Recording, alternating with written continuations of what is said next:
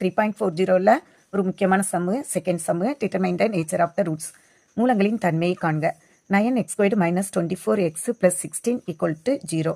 இதில் ஏ யாரு 9, பி யாரு -24, சி யாரு 16.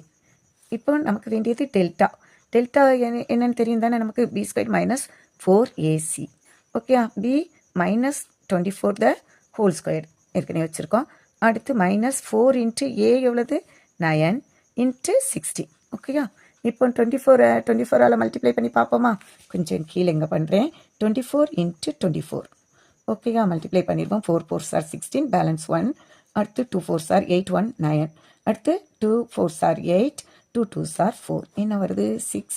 இங்கே 17க்கு 7, 5 5 76. இங்கே வந்தது 576 மைனஸ் இவங்க ரெண்டு பேரும் என்ன 16 × 4 64. அப்போ 64 × 9ஆல் மல்டிப்ளை பண்ணுறேன். 4 9s are 36க்கு 3 பேலன்ஸ் இருக்கும். அடுத்து 6 9s are 54 57. அப்போ இதுவும் என்னதான் 576 தான்.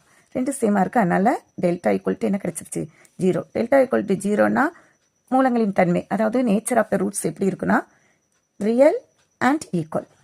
அண்ட் எப்படி இருக்கும், ஈக்குவலாக இருக்கும். அதுதான் நம்ம படிச்சிருக்கோம் இல்லையா. அதாவது மெய்யெண் மூலம் மற்றும் சமம் அப்படின்னு சொல்லுவோம். ஓகேயா.